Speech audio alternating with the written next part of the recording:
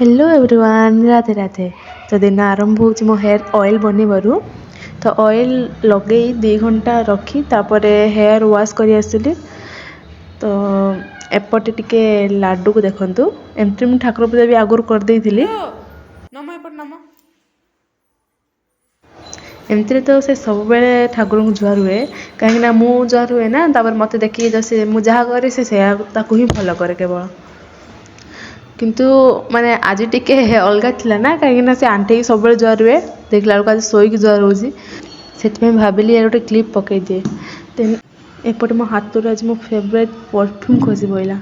Then तापर आसी breakfast कर देती और हेयर वाश करची तो माने किसी वीडियो एमती करदेली। तापर माने कमेंट रे कहबे एटा को सॉन्ग रे मो वीडियोटा करूची। देन तापर लंच बनै देती। तो रोचे एबे देखा आउ गोटे ब्लॉग रे टाटा।